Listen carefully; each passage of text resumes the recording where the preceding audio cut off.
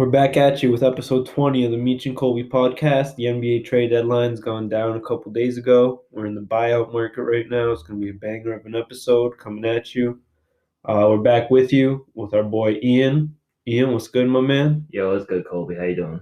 Good, bro, good. Ian's back at us, one of the biggest Celtics fans I know. We're going to be talking Celtics, who are busy at the trade deadline, making a couple moves, changing up the rotation. At the time of this recording, Drummond is still making his decision. Hopefully we'll get his decision by the end of this episode. But we just got news that Thanos signed with the Brooklyn Nets. 4-year deal, $200 million. No, I'm just kidding. The Brooklyn Nets just added LaMarcus Aldridge to their, as Ian would say, their 2016 All-Star team. Ian, what do you have to say about that, man? Man, it's crazy, bro. I don't even know, man. The Nets just became like super deep in like half a season. Like they really traded away their depth for Harden, and then they brought back just like former All-Stars. Great veteran presence in that locker room too. Both those guys, Griffin and Aldridge. Exactly. You go back to 2016 though, you got the whole like Western Conference All-Star team. minus Kyrie Irving, you had like what, KD, Harden, DeAndre Jordan, Blake Griffin, Aldridge. Yeah, man. Yeah.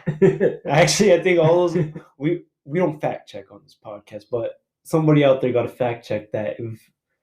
I think all those guys were all-stars that year. They all definitely played on an all-star team together. I think so too, because like it's just crazy, man. It is how they were able to get this squad put together. And for dirt cheap too. They're really pulling out a Warriors 2.0 out here. That's crazy.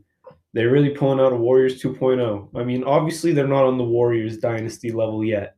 Yeah, obviously. But do you think that this Brooklyn team is better than the KD Warriors dynasty?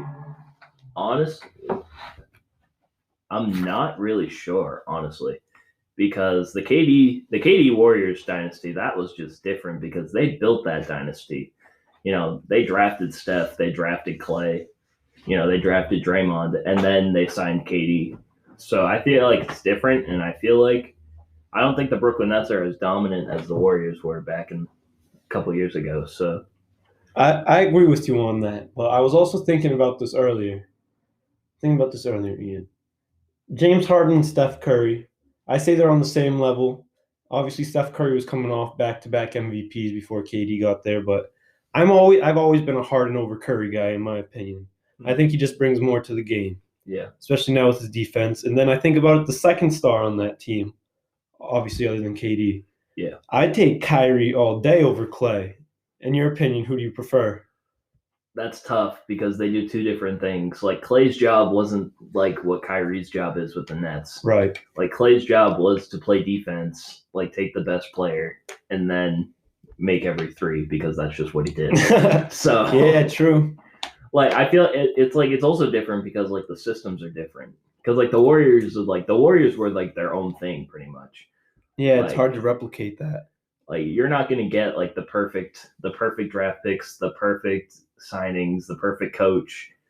Like I mean, Steve Nash is a good coach for being a first-year head coach, but I mean, yeah, I do have to agree with. Yeah, that is a great point against my argument coaching currently because Steve Kerr was obviously already a championship coach at that point. Yeah. Granted, Steve Nash doesn't even have a championship at any level in the NBA. I think just as like a assistant coach, right, for the Warriors. I think he was part of the Warriors. Yeah. Yeah. So, it's gonna be interesting to see how dominant this Brooklyn team is in the finals. As a Lakers fan, I think Brooklyn has an easy path to the finals.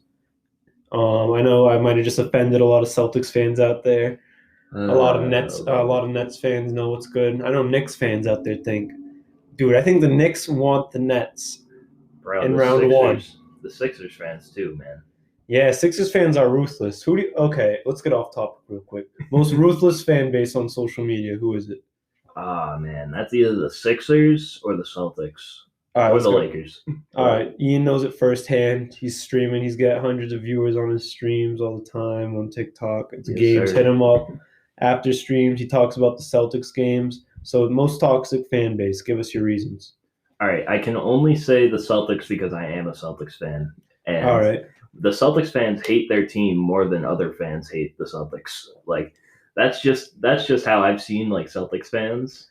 I do have to agree with you on that actually, because I do follow a couple Celtics pages just because I'm in Boston, on the vibe. They're always hating on their guys, and Lakers Exactly. fans love their guys, except for like Kuz, Danny Green last year, Yeah. KCP. They could get the slander.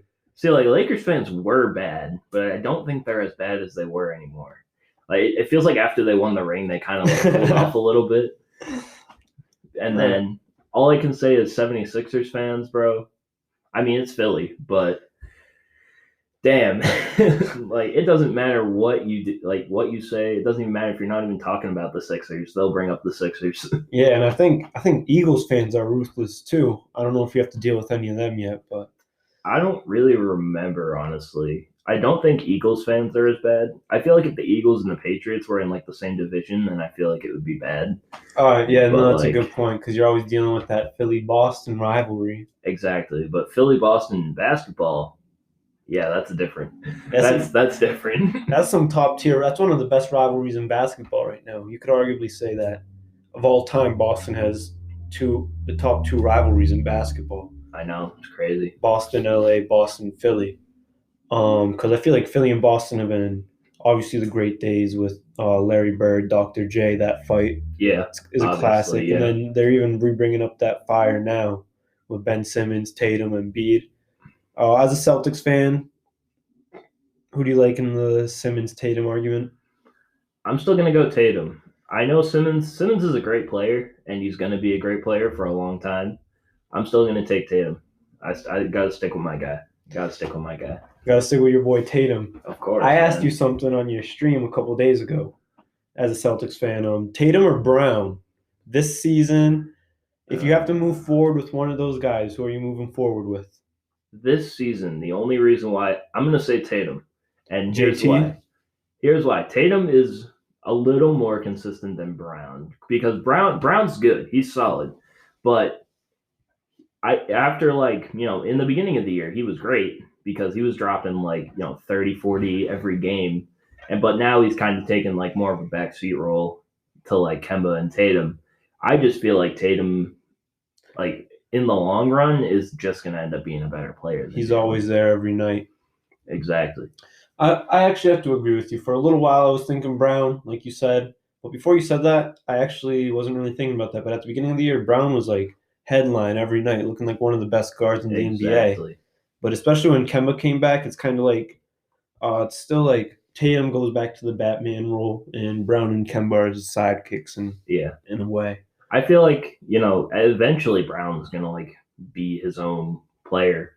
I feel like give it another year or two, he'll be at the level of Tatum maybe, and who knows, maybe Tatum will even be higher than that or what he is now. But as of right now and looking into the future, I think I'd still take Tatum, even though I love Brown. So yeah, I think Brown's becoming one of the most elite two-way players in basketball too, and he's nice in the clutch, man. And his defense is underrated. His defense. Yeah, I know. That's why I was actually, if you guys move smart, I wouldn't be too mad with it because Brown and Tatum are becoming elite two-way players on both sides of the ball. They just locked up Giannis 2 games in a row. Yeah, man. Giannis actually, 2 games in a row against my Milwaukee. Made some trades, came back with a W. Boston made some trades, pretty much sending out role players like Tice and Teague, a couple minor players, 2 second-rounders, I believe, but they brought in Mo Wagner, Luke Cornett, and Evan Fournier. Yes, sir. We got the GOAT, Mo Wagner, out here now. Yeah, Mo Wagner hit the 3 right where Tice missed it in the corner. So, bro, that was such a poetic way. I'm not gonna lie to you. I know some Celtics fans really, really like Daniel Tice on the team. I hated him. I hated him, man. Every single night he got burned on defense, and he couldn't do anything offensively because all he did was try to shoot wide open shots. Do the light picks. That was Tice's main thing, was the light pick and pop. Exactly. Miss wide open shots. That's pretty much what it was. And he didn't have any athleticism either, so it's not like he's gonna go up and poster someone. He was just tall. He was just there. Yeah, no, good point. And he moved to Chicago. He's going to be backing up Vukovic now out there in Chicago. Chicago's scary now. Chicago made some moves out there as formerly the 9th seed, but now adding in Vukovic and Tice. Troy Brown Jr., not much of a big factor, but Do you think that Chicago's playoff bound? At least Honestly, tournament bound, right? I think that Chicago's going to make the play-in tournament. Honestly, they have a good chance to make the playoffs now because that was the one thing that they were missing. They were missing a center, like an interior presence. Now they have two All-Stars, granted lower level East All-Stars, but still. Yeah. I think two All-Stars out East is always granted. Chicago's not in the playoff run right now, a little bit less than half a season left. But I think they're still going to be in the playoff picture.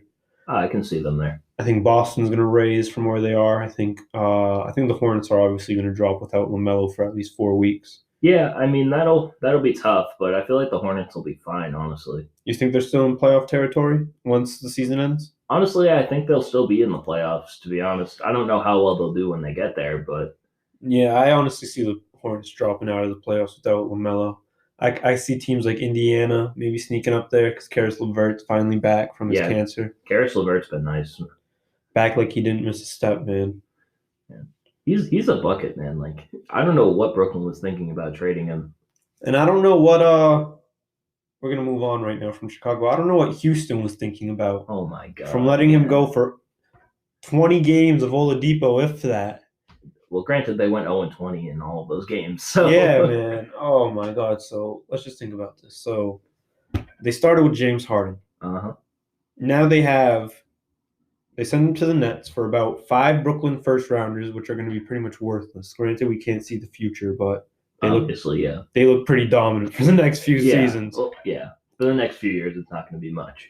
And all they got were all those picks and Karis LeVert, which turned into Oladipo, which is now Kelly Olynyk, Avery Bradley, and a Miami first-round pick swap. So you don't even get a full first-rounder out of that. Oh, my God. So, I don't know what Houston's thinking, man. Like, if you think about, let's look back at what the Lakers and the Pelicans did with the Anthony Davis trade. The Pelicans got Brandon Ingram, Lonzo Ball. They got, what did they get? The 4th overall pick, which was Jackson Hayes, I think. Yeah, they took Jackson Hayes and Josh Hart, and like 4 first rounders in the future. Exactly. So like that, and people say that AD and Harden, they're both top 10 players, and they can both be, borderline top 5 players in the league. And the Rockets got nothing. Ended up getting absolutely nothing for James Harden. Nothing, yeah, man. I mean, 6 picks. I mean, picks are nice, but you never know what they're going to turn into. Yeah, none of those really look like lottery picks to me. And really, picks out the lottery are Houston really hasn't had a good history of drafting. And the other thing is that if it's not top 4 in the draft this year, their pick goes to the Thunder because of the Chris Paul trade. Really? Yeah. Oh my goodness. From that long ago, so they messed up their picks a while back. Yeah, so that's why they've been trying to get all these picks because the Thunder have their picks too. Houston, you have a problem right now, man. Yes, sir, they do.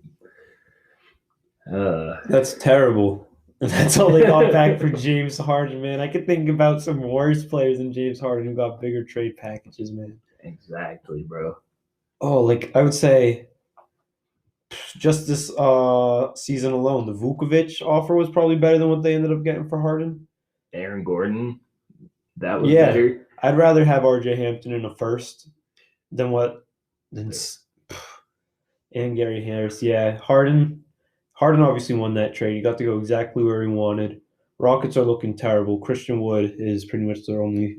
I mean, they got John Wall, but he's pretty much just there to be there. Yeah, pretty much just there getting his stats up, just playing basketball. And the funniest thing is they're still not the worst team in the West. The Timberwolves are still worse than them. Dude, the Timberwolves are garbage, man. You'd think with how many first-round picks do the Timberwolves need? Number 1 overall picks do they need to be a good basketball team? I know, man. I thought having D'Lo and Cat combo. Exactly, and then Anthony Edwards. For real, the first overall pick. I didn't know if they were going to be a playoff team, but I thought they'd be competitive at the very least. Yeah, me too. I thought they'd at least try to get into the play-in tournament, but they've just been terrible. I think it's just a matter of years maybe months until Cat requests this trade out of there. Man, if I'm Cat, I'm getting out of there as soon as I can. What is there for me in Minnesota anymore? If you were Boston, do either of your wings become available for Cat, Brown, or Tatum? It depends. It depends because I don't feel like the Timberwolves would want anything less than someone like Brown or Tatum. Yeah. Like we could give up a guy like Marcus Smart, and it would suck. But at the same time, he's not at the level that Jaylen Brown and Jason Tatum are. Yeah, Minnesota would want more than that. Would you be so you obviously prefer Tatum. Would you be straight up a Brown for Cat move? Would you like that move in favor of the Celtics? It's tough. It's really tough because I don't know because Tatum and Brown have good chemistry together, but it's hard because Cat's an elite center. Yep. But is he better than Joel Embiid? Oh, dude, just watching them go at it so many times a year, that would be great. Watching a playoff series between them would be epic too. Like that's the only thing. Like there's really nobody that's really better than Joel Embiid at the center position. Yeah, no. So and Cat's not really known for his defense. Yeah. Although he has been better. He has been improving, but he's not really known for his defense. And if he's in a Brad Stevens system, who knows? Maybe he becomes a good defender. But so if you're Danny Ainge, you're pulling the trigger? Yes or no, Ian? We got you on the spot right here. Cat for Jaylen Brown right now. I don't know. I don't know. It's hard, man. It's hard to think about because like Brown and Tatum, like those two are like the future looking forward for the Celtics. And like it's tough. Besides, knowing Danny Ainge, he wouldn't do that. It's Danny Ainge. So, Danny Ainge is so scared right now, man. He's afraid to lose his job, afraid to make the wrong move. Man, he used the trade exception for Evan Fournier though. Like, oh, it was used for Fournier? Yeah, so we pretty much got rid of Gordon Hayward for Evan Fournier. Wow. Yeah, that was a bad move, Ainge. Yeah. Dang. Some other moves that happened around the deadline. Rondo to the Clippers. I want to talk about that with you. Lou Williams in 2 seconds for Rondo, man. Who do you think won that trade? I mean, if the Clippers get playoff Rondo, then probably the Clippers, but I mean, I think Lou Williams wins because Lemon Pepper Lou is back in Atlanta. So eating those Magic City wings every night. Me and Meech were talking about this. I was like, if I was the Clippers, what were the Clippers thinking, man? I know they want to be the Lakers so bad. Yeah. We get that. But they're trading for Rondo. They gave up arguably one of the best sixth men in NBA history. Mm-hmm. And Lou Will's pretty great this year. He hasn't been great this year, I'm going to say sorry. Yeah. But still. They gave up him and 2 second-round picks. Seconds aren't nothing, but obviously 2 seconds were enough to get Evan Fournier. Exactly. So, and they got Rondo this year, who's averaging 3, 2, and 3. Well, he was injured for like most of the year, wasn't he? Yeah, he was injured, but he's playing 17 minutes a game on a playoff team, and he's averaging 3, 2, and 3. And you just gave up your sixth man and 2 second-round picks for that? Maybe the Clippers didn't want to watch Reggie Jackson play point guard anymore. I know. Now, I mean, like, dogs. I mean, like, let's go with your point guard situation now. I get you got Rondo, playoff Rondo, but Pat Bev, Reggie Jackson, Rondo, I feel like they all bring the same thing to the game. Pretty much, yeah. Like, you're not going to get much offense out of your point guard position. Yeah. Granted, Lou Will was just a straight bucket.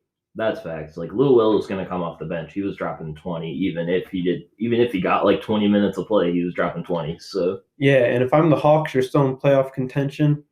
You weren't getting nothing out of Rondo. Now you got Lou Will coming off your bench to help get some buckets alongside Trey and Herter, who are already buckets. Granted, that's no defense at all. Yeah, but still, that's kind of an underrated move for the Hawks. Yeah, and they've been better with Nate McMillan as their head coach. Yeah, I think they're like a 6 or a 7 seed right now, if I'm not mistaken. I know. So honestly, that might be a little more of an underrated move than we think, because if Lou Williams can become like as good as he was with the Clippers, the Hawks might beat something this year.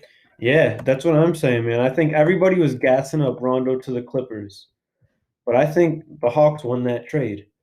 Mm-hmm. Let me just rephrase that right now. This year, Rondo is averaging 3.8 points, 3.5 assists, and 2 rebounds in 14.9 minutes played. Just to fact check that. First fact check of the year on this podcast. Just to prove a point. But some other big moves made at the deadline. Denver finally getting a forward out here. I'd say a good defensive forward in Aaron Gordon. Honestly, yeah, I'm pretty. I feel like Aaron Gordon's going to fill the role that like Jeremy Grant did last year because they kind of lost that. Like they probably thought Michael Porter Jr. was going to be like that guy, but honestly, I feel like the lobs from Jokic to Gordon now are going to be crazy. Oh, I didn't even think of that. Like those lobs with Jokic to Gordon, man, those are going to look nice. I didn't even think of that. That is gonna look nice, man. I think they finally got their guy. They also got Shaq and the Fool, two-time MVP, JaVale McGee out there. Oh yeah, that's definitely an upgrade of a backup big of who was it, Hartenstein and Bol. They were throwing out their backup centers. I think so. I don't really remember who their backup Yeah, centers I'm not were. really watching. I mean, you really know like Jokic, and that's pretty much it. Yeah, Jokic, Murray. I think they finally got their guy in the playoffs because I don't think you're throwing out Millsap or Michael Porter Jr. out there to guard LeBron, PG, Kawhi. I think Gordon's that guy. Mm-hmm. He's got that big 3-and-D body. And if he actually like tries on defense, he could be a good defender. Yeah, I mean he's definitely in a situation that they're going to push him to try because they're one of the best teams out west. After these moves, these playoffs, my bad, this trade deadline and buyout, we're still waiting on the Drummond. We'll talk about that in a minute. Who do you think is the favorite to come out of the West right now? Coming out of the West, if LeBron and AD come back in time, I think the Lakers are still the favorite. Although Phoenix is looking nice right now. Okay, so you got Phoenix as your 2 in the West? Honestly, you know what? Screw it. I'm going to be on the Suns bandwagon. I'm going to see, let's see. Let's get Chris Paul to the Western Conference Finals for once. I know. To the finals for once. I know, man. He was so close that one year against the Warriors, but. And I mean, Devin Booker looked nice in the bubble last year. That was kind of somewhat of a playoff setting. Yeah. So like he is that dude. I think he brings a killer mentality every game he plays. So I mean, the Suns might be like the sneaky pick to make it out of the West. Yeah, they definitely have everything. They got a dominant big, Ayton, Paul, and Booker. You know what you're going to get from them every single night. All-star caliber players. And I think their forward spot, they filled up really good with some 3-and-D guys in Crowder and Mikal Bridges. Who would have thought we'd be saying the Suns would be making it out of the West like a year or two ago? Like it was just like a year or two ago where they were the worst team in the league, and now they like bounce back quickly. That's what Chris Paul does to teams, man. I guess pretty much. I mean, he carried the Thunder to the playoffs last year. So he doesn't miss the playoffs. He doesn't miss the playoffs, but he doesn't get out of them. So. Yeah, good point. Good point. But yeah, if LeBron and AD are healthy by the time the playoffs start, I feel like the Lakers still might win the West. Never mind, our boy Drummond's joining us soon. Bruh, no way. Yes, sir. You already know he's hopping in the LA spotlight.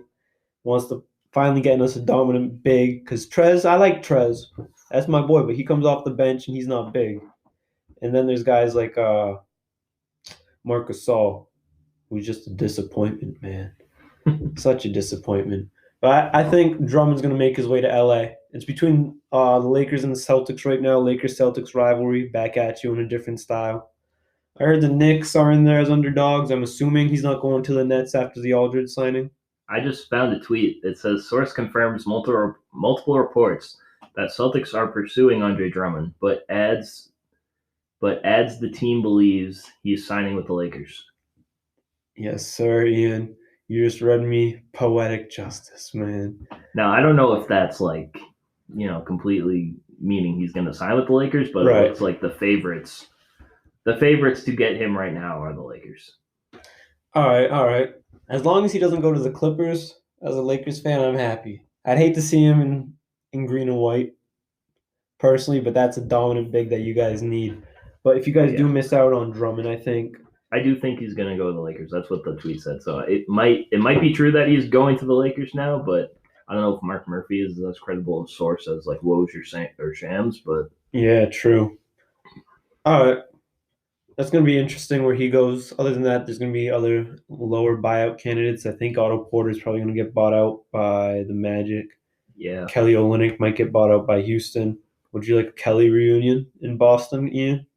I don't know, man. I don't know. I'm still hung up that Drummond's not going to come to the Celtics. It's gonna suck. I can't believe we missed out on Aldridge and Drummond, man. Oh man. And Yeah, and you guys couldn't make that deal for Vukovic. Would you have Bro, done smart in 2 firsts for Vukovic? I would have done that in a heartbeat, man. Like I wanted Vucevic on the Celtics so badly. I've been saying that all year. You can probably go back on earlier podcast episodes and you could see me talking about that.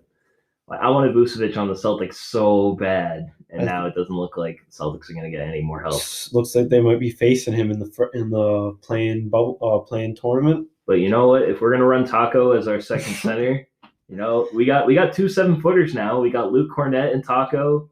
We got Mo Wagner. Yeah, Mo Wagner. As a Lakers fan, I've seen early Mo Wagner. Yeah, He's very improved his game since then. Now homeboy is kind of a bucket from 3. he was nice. He was nice with it yesterday. And then we got Robert Williams still. And Robert Williams, this is going to be his coming out party on the second half. Now that he's finally going to be able to start. The Time Lord's back at you, boy. He's finally getting his starting role. Brad Stevens was kind of forced to finally start him after the entire season of not starting him. Yeah, by the fans just harassing Brad Stevens and Tristan Thompson out from COVID and Mo Wagner's first game of Celtic. It was just Time Lord's time. His time has come. Exactly, man. And like yesterday's game when they beat the Bucks, like that was the thing that Celtics fans have been like asking for the entire season. Like the big four of Tatum, Brown, Smart, and Kemba, they all played really well together. Time Lord got his chance to start. Taco played legitimate minutes, not just in garbage time. Yeah, they had him out there in the first quarter, right? Yeah, he was there. He got dunked on, but it's Taco, man. Everybody loves to see him play. He got a dunk too. He got a bucket. Yes, sir. Respect to the great Taco Fall. His per 36 is crazy right now. So I think. Yeah, so coming out the West, I'm going to agree with you. I'm going to go Lakers, especially if we could bring in a guy like Drummond. Just no doubt the real big that we need down low because we're really missing JaVale and Dwight. Out East, come on, man. KD needs to stop doing this to us, man. He can't stop just playing basketball and going on to super teams, man. Exactly, man. Like how much leeway are we going to give KD with the Nets? Like, we gave him nothing with the Warriors. We were okay because it was like Kyrie and KD. They were doing the duos thing, and then they traded for James Harden. That was that, and then they signed Blake Griffin, and that was that, and now they got Aldridge, and that was that, and next thing we know, Drummond, and like we started the show with Thanos, are both going to agree with deals to the Nets, man. This is getting ridiculous. We get it, KD. You didn't win on your first super team when you had Westbrook and Harden, so you had to show so you can win with Steph and Clay and all these cats. Man, now that you think about it, before, I don't know, when did Westbrook and all 3 of them, make the finals? It was 2012, right? Yeah. Ever since 2012, he's been on a super team. Yeah, man, pretty much. Damn. Oh, my goodness. KD has played with some of the best point guards of all time. Kyrie, Steph, Russ, now James Harden again. So he just hadn't made his whole career. And I think the Timberwolves to the finals, then we'll talk. That will put you in our top 10. Exactly. But who do you think gives them? We have about a minute and a half left. Who do you think gives the Nets the toughest time out East this season? If Joel Embiid can come back healthy, probably the Sixers. Yeah, Simmons, one of the best defenders in the league. Oh yeah, he can defend 1 through 5, and that's even coming from a Boston fan. Yeah, and I hate Simmons, but you can't deny he's an incredible defender. And if I feel like there is a team, I didn't want to agree with you, but I have to agree with you. If there is a team that's going to beat the Nets, it's got to be the Sixers with Embiid, because that's their weak spot is DeAndre Jordan, LaMarcus Aldridge, center. Just those old guys who can't guard all around the court anymore. You're going to have to space the floor with Embiid, let him do everything with the ball, drive it in. Watch out for the Celtics, though. We coming. We're going to make a Miami Heat-like run. Oh, snap. We're going to take it all this year. Oh, snap. Okay. Yes, Ian's calling it right now, Ian. Yes, sir. We're going to make that Miami Heat-type run like the Heat did last year. Okay, then. On the back of Mo Wagner and Taco Fall as our centers. So I guess the Lakers will be seeing the Celtics in the finals. That's what it's going to look like. All right, according to Ian, I got Lakers and Nets. Ian's a homer out here. It might be Lakers Nets, but you can't lose faith. You can't lose faith. When you have Taco Fall, you always have a chance. Exactly. See? Exactly. Thank you guys for being with us. That was episode 20. Ian, thank you for being with me. Check him out on all social media. Thank you.